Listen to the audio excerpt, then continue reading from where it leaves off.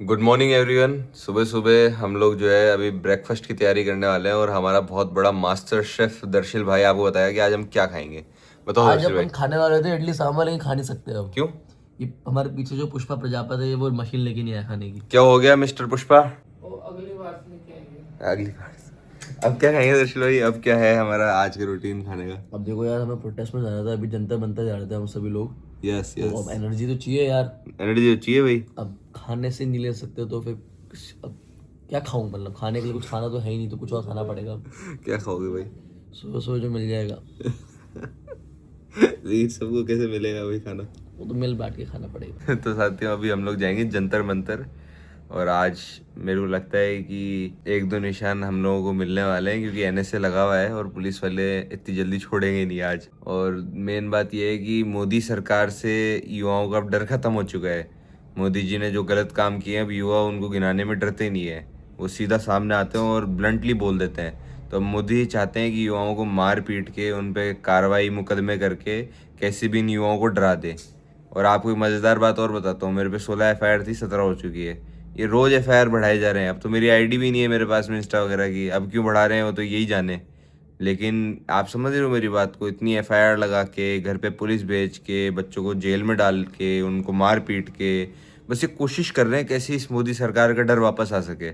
लेकिन अब इस सरकार का डर नहीं वापस आने वाला, अब सिर्फ फ्रस्ट्रेशन बढ़ने वाली है युवाओं की। ये युवा फ्रस्ट्रेट हो रहे हैं टू बी ऑनेस्ट। आप एक युवा के साथ में गलत कर रहे हो, 4 युवा और आपको गाली बक रहे हैं। आपने मजबूरी क्यों किया युवाओं को गाली बकने पे? आज मेरा ये मानना है कि गाली बकना इज़ नॉट द सॉल्यूशन। गाली बकनी भी नहीं चाहिए, मैं खुद भी नहीं बकता। आपने मुझे कभी मेरे व्लॉग्स वगैरह के अंदर गाली बकते हुए नहीं देखा होगा। लेकिन उन युवाओं जिनने गाली बकी जंतर मंतर के ऊपर, मैं उन युवाओं को सपोर्ट करता हूँ टू बी ऑनेस्ट। वो जो लड़की जिसके साथ में इतना गलत किया जा रहा है उस लड़की को मैं सपोर्ट करता हूँ, क्योंकि उन लोगों ने गाली तब तक नहीं बकी थी जब तक पुलिस वालों ने उन लोगों को डंडों से नहीं मारा। जिस युवा के ऊपर गोली चल रही है, जिस युवा की आंख फट गई, जिसके कान के ऊपर स्टिचेस आ गए, जिसका सर फट गया, जिसका सर खून से लथपथ हो गया, वो गाली नहीं बकेगा इन लोगों को। वो इंसान ही सोचेगा कि मेरे को क्या अपमानजनक टिप्पणी नहीं करनी, मेरे को जो है शब्द गाली के नहीं निकालने। उसके जो मन में आएगा यार वो बोल सकता है। इनके भी जो मन में आए इनने करी। तू बता मेरे दरअसल तेरा क्या मानना है इस बारे में? मेरा मानना है गलत बात है। देखो, जब एक देश का आम छात्र अपनी फ्रस्ट्रेशन निकाल रहा था, उसका आप रोक रहे हो बोलने से। मान लिया ठीक है, शब्द ठीक नहीं थे, लेकिन किसी बच्ची को आप इतना परेशान कर रहे हो कि बेचारी ट्रॉमेटाइज हो चुकी है वो शायद आज। वो डर रही है कि अब घर से कैसे बाहर निकलूंगी। अरे आप ये सोचो कि इनके बड़े बड़े बीजेपी के नेता रेप कर देते हैं तब भी वो मंत्री बने रहते हैं।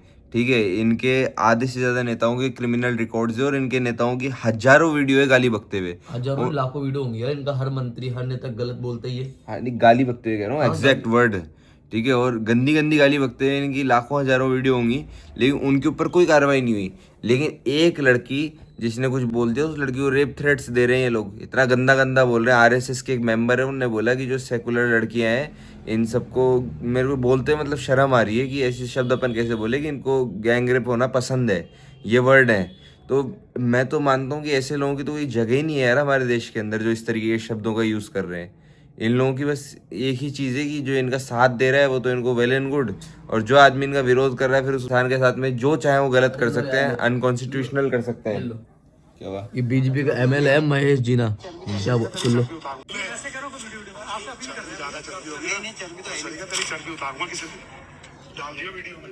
अब साथियों इस पे करवाओ कार्रवाई, मोदी जी गाली बक रहा है ये। विधायक है जबकि, तो हाँ यार ये तो विधायक है। जनप्रतिनिधि है। एमएलए किसे कहते हैं? जनता ने वोट दिया है इसको। बीजेपी का एमएलए, आप जाके बोलो ढूंढ लेना, महेश जीना। तो मोदी जी ये मुद्दा नहीं है कि उस लड़की ने आपको गाली बकी, मुद्दा ये है कि आपने ऐसा युवाओं को मजबूर क्यों किया, उनने गाली बकी। खूब सरकारें आई है, खूब सरकारें गई है, खूब नेता आ लिए, खूब प्रधानमंत्री आ लिए। ठीक है, हमारा स्वतंत्र देश भारत है, नेता आते जाते रहते हैं, लेकिन इतनी गाली शायद किसी नेता को नहीं पड़ी होगी पूरे इतिहास के अंदर। आपको क्यों पड़ रही है? शायद हजारों युवा, लाखों युवा गाली बक रहे हैं ना, तो इसके अंदर खोट आपके अंदर है, उन युवाओं के अंदर नहीं है, ये मेरा मानना है। अगर एक लड़की ने बोला होता ना तो समझ में आता। हजारों युवाओं ने बोला है, हजारों लाखों युवाओं ने, कितनों के ऊपर कार्रवाई कर लोगे? कितनों में डर बैठा लोगे? आप 4 युवाओं को जेल में डालोगे, 4000 युवा और बोलेंगे। मोदी जी, आपको अपने अंदर सुधार करने की जरूरत है, इन युवाओं के अंदर सुधार करने की जरूरत नहीं है। ज्यादा से ज्यादा उस बच्ची को आप बैठा के समझा सकते थे, लेकिन रेप थ्रेट्स दिलवाना, अपने गुंडों को उसके घर के बाहर भेज देना, ये सब चीजें करना बिल्कुल भी ठीक नहीं है। अगर आप ये सब करोगे ना, तो हम लोगों को ईंट से ईंट बजानी आती है। आज आ रहे हैं जंतर मंतर इन सभी युवाओं के लिए न्याय मांगने। यार जंतर मंतर है, जो मेरा मानना है कुछ अपन को ऊट पटांग करना चाहिए आज। ऊट पटांग मतलब कुछ डिफरेंट, एक यूनिक वे से अपन को प्रोटेस्ट करना चाहिए। क्या लेके जाए अपन, जैसे अंडरवेयर हाथों में लेके घूम रहे हैं, मतलब उसमें मोदी लिखा हुआ है अंडरवेयर में, ऐसे घुमा रहे हैं सब। कोई नहीं साथियों, हम लोग खाना खाने की व्यवस्था करते हैं। हम लोग क्या खाना नहीं खाए हुए ना, इसलिए भेगी भेगी बातें कर रहे हैं। फिर खाना खाने के बाद में मतलब मोदी जी के राज में खाने की व्यवस्था करनी पड़ रही है। बताओ यार, तो स्टूडेंट्स का खाना ही नहीं है। बताओ साथियों, मोदी जी बहुत गलत कर रहे हो आप। मोदी जी, आपने मेरी सारी आईडीज जो उड़ा दी है और जो मेरे पे इतने सारे एफआईआर कर दिए। कल परसों आप रात को बोल रहे फ्रेंड्स मैं आपके साथ में हूँ, गलती हो गई, कोई नहीं, मैं माफ करता हूँ। तो मोदी जी, माफ कर ही रहे हो तो मेरी आईडी वापस करवा दो यार, मेरी एफआईआर वापस ले लो यार। जब माफ कर ही रहे हो तो फिर यार सिलेक्टिव माफ करना क्यों हुआ? आप एफआईआर ले लो, हमारा कुछ और ले लो। मतलब माफ कर ही रहे हो तो फिर उस लड़की को ये थ्रेट्स क्यों पढ़वा रहे हो मोदी जी? जब आपने माफ कर ही दिया तो अपने गुंडों को उसके घर के बाहर क्यों भेज रहे हो मोदी जी? थोड़ा माफ कर ही रहे हो तो ढंग से करो, और नहीं कर रहे हो तो फिर बोल दो, आर पार की लड़ाई हो जाए। हाँ मोदी जी, हमारे कार्तिकी भाई की एफआईआर ले लो और हमारा भी ले लो, दुख चैन सब कुछ जो आपने परेशान कर रखा, परेशानी हमसे छीन लो वापस से। छीन लो मोदी जी, छीन लो।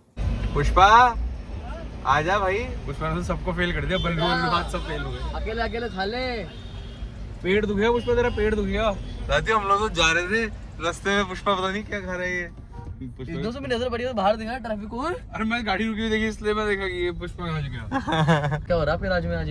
पुष्पा राजा भाई, तुम लोगों के साथ रहेगा, पुष्पा राज में रहेगा। आप ही गाड़ी में बैठते कमेंट आ गया देखो, मर्सिडीज में बैठते पुष्पा में। हम स्कॉर्पियो वाले, वो मर्सिडीज वाला है। जब स्कॉर्पियो में बैठता था कुछ नहीं खाता, मर्सिडीज में बैठते आज मैं पहली बार देख रहा हूँ उसको कि ऐसे भाई कुछ खा रहा है भाई अलग से उतर के। तो हम लोग सब साथ ही खाते हैं खाना, पहली बार देख रहा हूँ कि अलग से गया आज खाने के लिए। अभी उसको पता है संघर्ष लंबा चलेगा तो खाना पता नहीं कब खा पाए नहीं खा पाए। हाँ, आज हम लोग खाना कोई नहीं खा के आया, आज हम सारे भूखे हैं। फ्रूट लेकर आया। अरे वाह यार प्रिंस जी यार, लव यू भाई यार। हुआ हमारे यार, बड़े भाई। प्रिंस जी यार, क्या बात है। कटा भी लाए।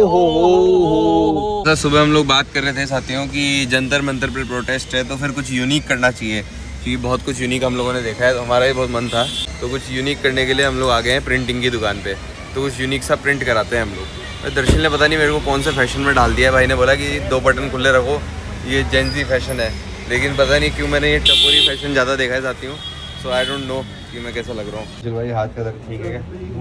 हाँ, पहले से बेटर। तो मना कर रहे नहीं हो पाएगा। तो प्रिंस जी देखो, आपके बाल और इस भाई के बाल थोड़े सेम सेम से लग रहे हैं। और यार हैं? प्रिंस जी, आपकी वो पुरानी फोटो है क्या ये? इनको हर चीज प्रिंट करने के लिए 3 दिन चाहिए। छोटे वालों की 6 इनकी इंक नहीं निकलती हाथों से। हाथ से पेट कर दे। इनकी इंक बहुत लेट निकलती है। तो अच्छी बात है गलत बात है? बिजनेस के पॉइंट ऑफ से गलत बात है, वैसे बढ़िया है। वैसे बढ़िया। आओ चले। फिर प्रिंस जी कह रहे साइड में दुकान इनको खोलनी पड़ेगी। फ्रेंड जी कर दो आप। प्रिंस जी सारे बिजनेस में एक हाथ डाल ही देंगे। फ्रेंड जी सिर्फ हाथ में डालो। देखिए, हाथ तो इनका ज्यादा है ही नहीं, इनके हाथ तो खत्म हो जाएंगे तो चलो कोई नहीं, उंगलियां तो 10 है इनके पास में, 10 बिजनेस तो खोल ही डाल देंगे। 10 उंगली डालो फ्रेंड जी। दर्शन भाई, सावन का महीना है, वेज बिरयानी खाएं। प्रिंस जी, ऐसा कोई वो बचा नहीं है क्या, क्या बोलते हैं बिजनेस जिसके अंदर आपने अपनी उंगली नहीं डाली है? जहाँ पे अपॉर्चुनिटी मिले वहाँ पे बिजनेस कर दो। क्या बात है प्रिंस जी, क्या बात है। साथ में अच्छे एंटरप्रेन्योर की पहचान है वो। ओहो प्रिंस जी, फ्रेंड जी 2-4 जगह उंगली हमारी भी डलवा दो यार। हमारी अपनी डली हुई है, तुम बता ही नहीं हो। तभी से टूट गई है, तभी से टूट चप्पल का लिंक दे दो। गई। ओ यार, ये प्रिंस जी बहुत वेलवेट की चप्पल लग रही है। तो जयपुर में कहाँ से लेनी पड़ेगी? सॉरी हो जाओ। जौहरी बता। नहीं झोली वैसे ले आएंगे हम, फिर हमारे घर से लेनी पड़ेगी, बताओ ना। हमारे घर से? झोली वैसे खरीद के ले आएंगे हम, फिर जिनको भी लेनी है हमारे घर आके ले ले। हाँ, हमारे घर आकर ले लो। वेज बिरयानी है, बहुत बड़े ब्लॉगर हैं सौरभ जोशी के। है सरोज जोशी? सौरभ जोशी। चलो घर चलो। ये है दर्शन जोशी, सौरभ जी के बड़े पापा की दोनों है भाई। वेज बिरयानी नहीं मैं तो खा लिया।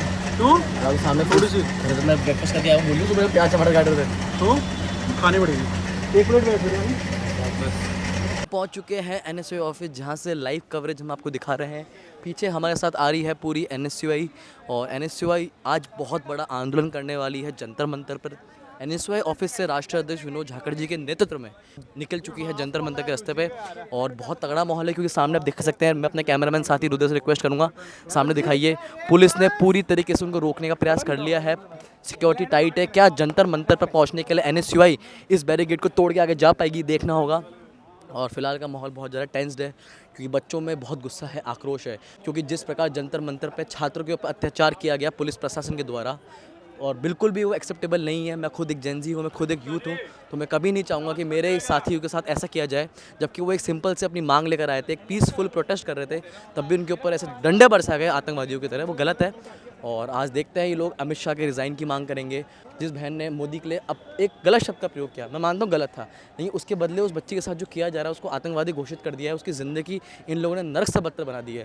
वो इतनी बच्ची इतनी ट्रॉमेटाइज है। तो आज की क्लिप्स और आज का प्रोटेस्ट पूरे इसी टॉपिक के ऊपर रहेगा। तो हाँ, देखना होगा क्या कर पाती है पुलिस।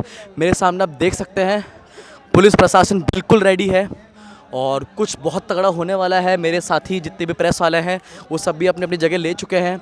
तो आज का प्रोटेस्ट बहुत धमाकेदार होने वाला है। आज एनएसयूआई ऑफिस से लेकर जनता मंदिर के बीच का जो रास्ता है ये डिसाइड करेगा कि इस देश का जेनजी, इस देश का युवा किस दिशा में आगे बढ़ रहा है।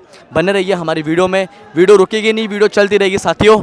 और देख सकते हैं आप धीरे धीरे एनएसयूआई के कार्यकर्ता आगे आते जा रहे हैं। मैं अपने साथी कैमरामैन रुद्र से चाहूँगा वो हर एक एंगल बनाइए, कोने से बनाइए, साइड से बनाइए। मैं बीच में जाऊँगा, कैमरामैन से रिक्वेस्ट है वो पीछे रहें, वो दूर से जूम करके दिखाएं। देख सकते हैं काफ़ी आक्रोश है युवाओं के बीच, काफ़ी ज़्यादा आक्रोश है युवाओं के बीच। और कैमरामैन रुद्र यहाँ दिखाइए, रुद्र टेढ़ा टेढ़ा टेढ़ा टेढ़ा। साथी कैमरामैन रुद्र से मैं बोलना चाहूँगा, देख सकते हैं बैरिगेटिंग के बहुत ही करीब पहुँच चुके हैं एनएसयूआई के प्रोटेस्टर्स। और मैं आप सभी साथियों को दिखाना चाहूँगा बैरिगेट पर चढ़ चुके हैं, बैरिगेट के ऊपर चढ़ चुके हैं एनएसयूआई के कार्यकर्ता साथियों। और सबसे पहले आपको दिखाऊं एनएसयूआई के झंडे उनके हाथों पर हैं और सारे के सारे एनएसयूआई के कार्यकर्ता बैरिगेटिंग के ऊपर खड़े हो गए हैं। और बीच से मैं आपको जाऊंगा, बीच में मैं कैमरामैन रुद्र से रिक्वेस्ट करूंगा बीच का पार्ट दिखाइए। उनको मेरी आवाज़ नहीं आ रही है लेकिन मैं आप सभी के बीच पल पल का अपडेट दूंगा क्या हो रहा है प्रोटेस्ट में। और यहाँ पे अब तक पुलिसकर्मियों ने, और देख सकते हैं एनएसयूआई के तमाम कार्यकर्ता बैरिगेड के ऊपर खड़े हो गए हैं, हाथों में झंडा लिए एनएसयूआई का और उन इंसाफ की मांग का पोस्टर उठाए जिन कार्यकर्ताओं के साथ जंतर मंतर पर बीजेपी सरकार ने मारपीट कर एक आतंकवादियों वाला व्यवहार दिखाया। सभी कार्यकर्ताओं के हाथ में पोस्टर्स हैं जिनके ऊपर उन तमाम प्रोटेस्टर्स की फोटो लगी हुई है जिनके साथ जंतर मंतर पे दुर्व्यवहार किया गया, उनको पीटा गया, उनके खिलाफ कानूनी कार्रवाई की गई। कैमरामैन रूल से मैं क्या देख सकते हैं आप स्क्रीन के ऊपर बैरिकेड के ऊपर एनएसयूआई राष्ट्रीय अध्यक्ष विनोद झाकड़ जी भी खड़े हैं और हाथ में पोस्टर लिए हैं कि कावर्ड्स। वो पुलिस प्रशासन को और सरकार को डरपोक बोल रहे हैं जो एक आम छात्र से डरकर बच्चों को पिटवा रही है जैसे वो कोई आतंकवादी हो। और देख सकते हैं अब कार्तिकेय भाई भी बैरिकेडिंग में विनोद झाकड़ जी के साथ डटे हुए हैं और अपनी मांगों को और अपने इंसाफ की लड़ाई को पूरे जोर के साथ उठा रहे हैं। और यहाँ पे बहुत ही अच्छा माहौल है, बहुत ही रेवोल्यूशनरी माहौल है। मैं कहना चाहूँगा जो क्रांति की मिसाल आज एनएसयूआई और इस देश का जेनजी पेश कर रहा है वो वाकई काबिल तारीफ है। बहुत मज़ा आ रहा है और एनएसयूआई जिस प्रकार से आज एक आम छात्र को मुद्दों को उठाकर सड़कों पर आई है ये दिखाता है कि इस देश की राजनीति एक अच्छे डायरेक्शन में आगे बढ़ रही है। यहाँ पे पूरी तरीके से पुलिस प्रशासन द्वारा इन छात्रों को दबाने का प्रयास किया जा रहा है। 3 से 4 पुलिसकर्मी मेरे सामने, जैसे कि मैंने मैसेज दिया, एक्टिविस्ट कार्तिकेय भारद्वाज ने चप्पल अपने हाथों पे ले रखी है। मैं कैमरामैन रुद्र चाहूँगा वो दिखाएं कि ये वही चप्पल है जो कार्तिकेय भारद्वाज देश के गृह मंत्री अमित शाह को चाहेंगे वो पहने, सम्मान में नहीं अपमान में, क्योंकि ये वही उन्हीं आंदोलन करने वाले छात्रों की चप्पल है जिनको जंतर मंतर पर कुछ महीने पहले 20 जुलाई को पुलिस प्रशासन द्वारा मार के गिरा के उनकी चप्पल खोली थी, उनके कपड़े खोले थे।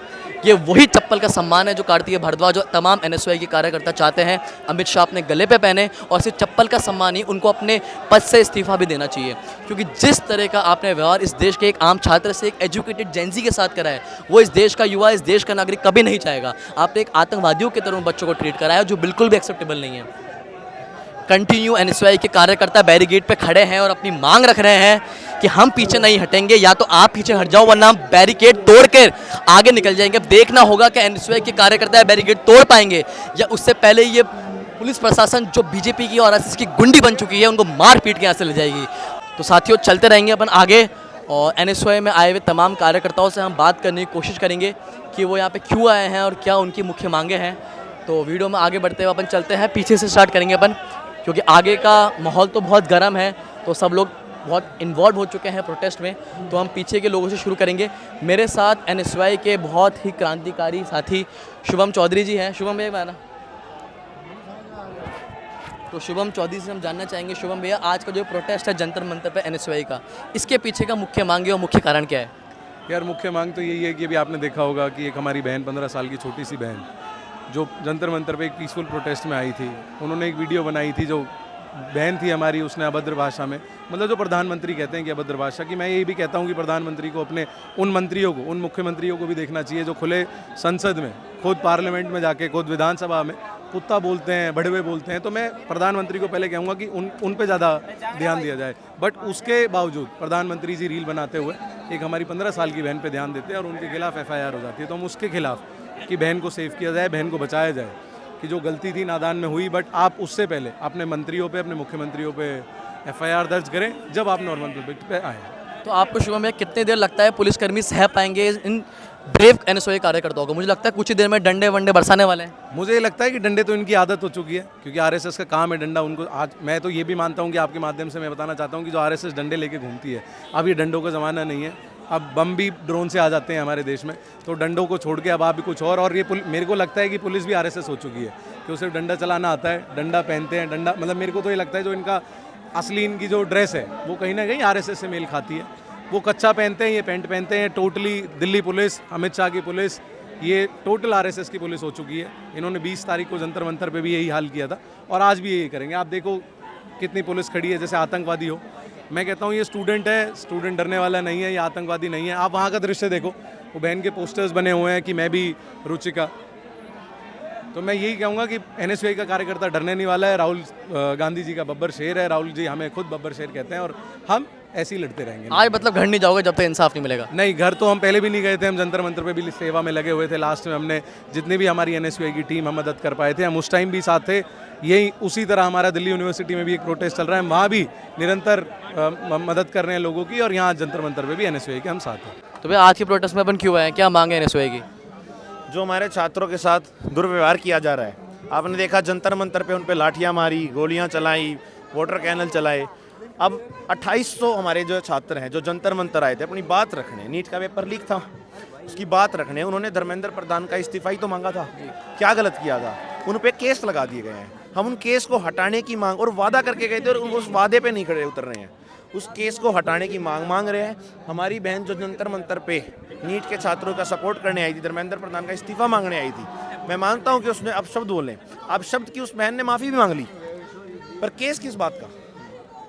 केस तो फिर धर्मेंद्र प्रधान पे होना चाहिए, सिर्फ इस्तीफे से काम थोड़ी चलेगा।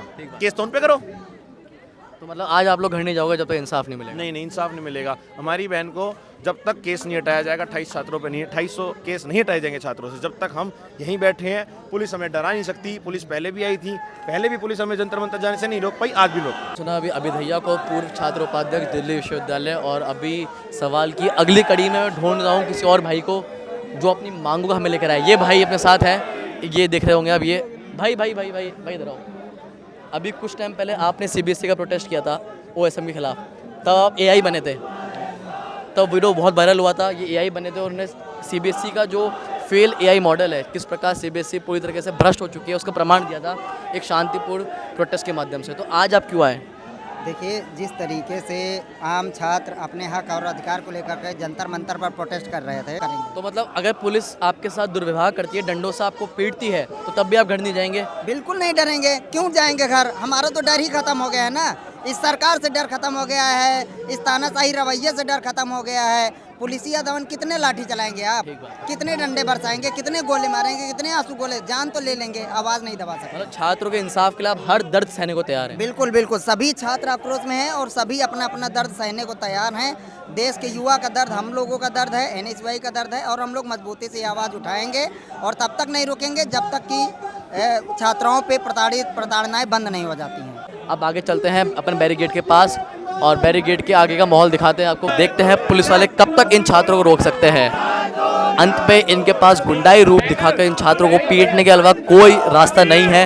लेकिन NSY के कार्यकर्ता पुलिस रिपोर्ट, FIR और पुलिस से पिटने से भी नहीं डरते हैं, क्योंकि जो अत्याचार इस देश के छात्रों के साथ आज के समय में हो रहा है उसके बदले NSY ये सारा दर्द सहने के लिए तैयार है। सर फोन जो नहीं है यहाँ पे, सर फोन छेड़, सर हम बंद कर रहे हैं ना, कर देंगे फोन।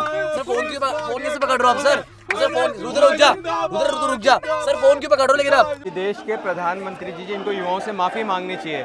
आज वो रात के समय पे वीडियो बना के डालते हैं कि मैं देश के युवाओं को माफ़ करता हूँ। माफ़ी उनको मांगनी चाहिए कि देश के युवाओं को टेररिस्ट की तरह उनने बर्ताव किया, उनके ऊपर पैलेट गन्स चलाई गई, लाठियाँ मारी गई, किसी आँख फट गई, किसी का सर फट गया। और उसके बाद भी आज जो लड़कियाँ जिनने फ्रस्ट्रेटेड होकर 2 शब्द अगर मोदी जी के लिए बोले, हम मानते हैं कि गाली नहीं बकनी चाहिए, लेकिन आज उनको पीटा गया, उनको मारा गया, वो फ्रस्ट्रेटेड थे। तो इसका मतलब ये थोड़ी उनको रेप के थ्रेट्स दिए जाएंगे, इनके जो नेता हैं, इनके जो गुंडे हैं, उनके घरों के बाहर चले जाएंगे, नारी शक्ति हमारी बहनों को परेशान करेंगे। तो हम लोग उनके खिलाफ हैं और इस लड़ाई को मजबूती से लड़ रहे हैं। लेकिन बड़ा किया जा रहा है कि ऐसी कोई कार्रवाई नहीं हुई, बीजेपी की तरफ से कहा जा रहा है राहुल गांधी झूठ फैला रहे हैं। मैं यहाँ खुद प्रमाण खड़ा हूँ, मेरे ऊपर 17 FIR हो चुकी है। एक FIR कल हुई है, 16 पहले हो गई थी। और मेरे जैसे कई देश के युवा हैं, हम तो एक्टिविस्ट हैं, लड़ लेंगे। लेकिन जो एक आम छात्र है, एक आम छात्रा है जो पढ़ाई कर रहे हैं, गवर्नमेंट जॉब की तैयारी कर रहे हैं, वो इस चीज़ से कैसे झेलेंगे? वो अपने परिवारों में क्या जवाब देंगे कि हम देश के लिए लड़ाई लड़ने गए थे और हम पे FIR लग गई, हम पे क्रिमिनल जैसा बर्ताव किया? तो क्या आप लोग इस्तीफा मांगते रहेंगे अमित शाह का?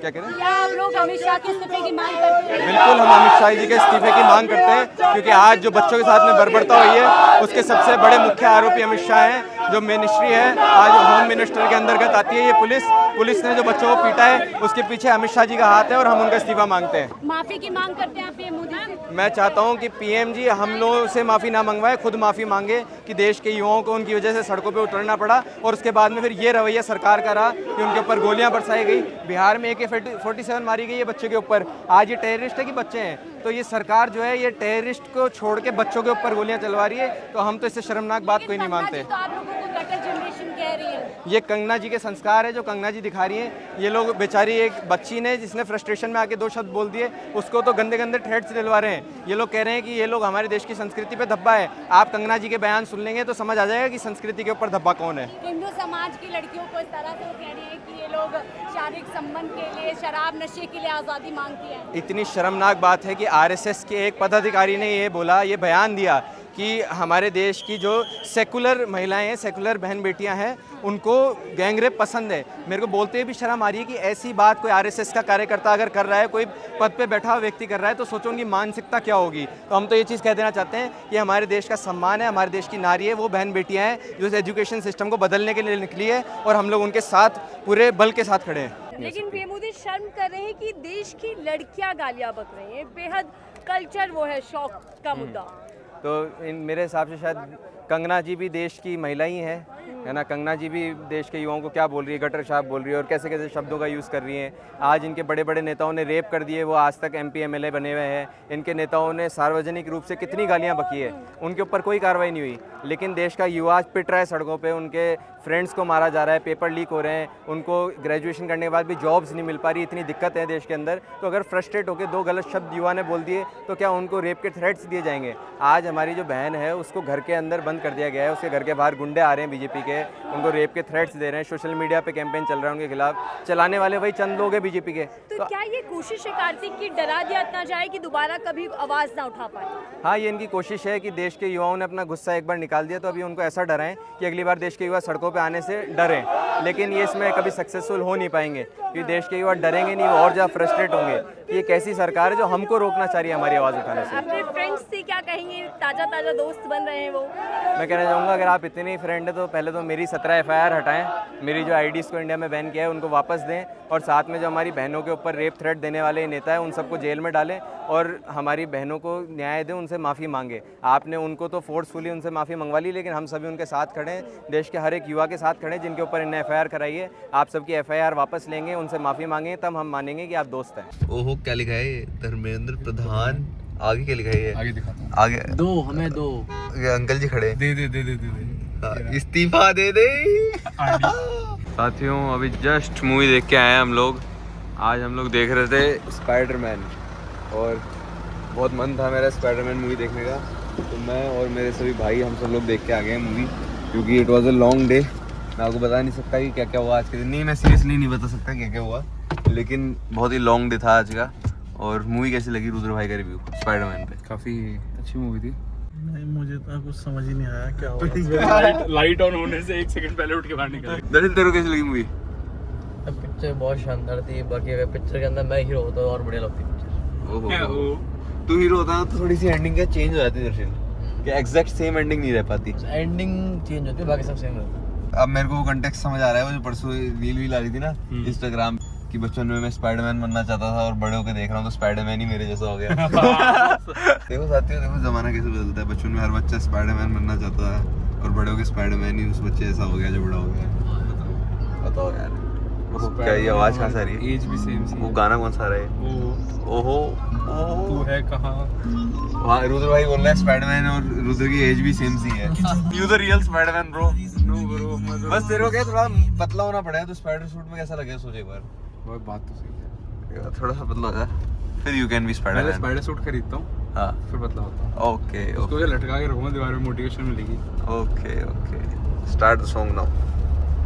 ऐसे गाने वैसे तो नहीं सुनता तू? मैं नहीं चाहता, दर्शन भाई ने चलाया। ओहो दर्शन भाई, डाइट करना इतना मुश्किल काम नहीं है जितना इन लोगों के साथ रहते हैं डाइट करना मुश्किल काम है। और तो मेरे सामने खड़े खड़े क्या खा रहे हैं देखो।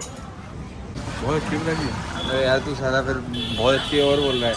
रुद्र भाई तोंद आ रही है, समझो मेरी बात को। रुद्र भाई से खत्म करो, मोटे होते जा रहे हो। कोई बात नहीं, हो जाएगी देखो वक्त के साथ। अभी जिस उसमें हो ना फेज ऑफ लाइफ में, हाँ अभी तो मैं लोहा खाऊंगा पच जाएगा, बाद में पच नहीं पाएगा, बुढ़ापा आ जाएगा। अब देख तो ऐसी बातें करके अपने आप को वो करता रहता है जस्टिफाई। नहीं, प्रोत्साहन बढ़ाता हूँ कि खाया कर बेटा, एक ही चीज़ है।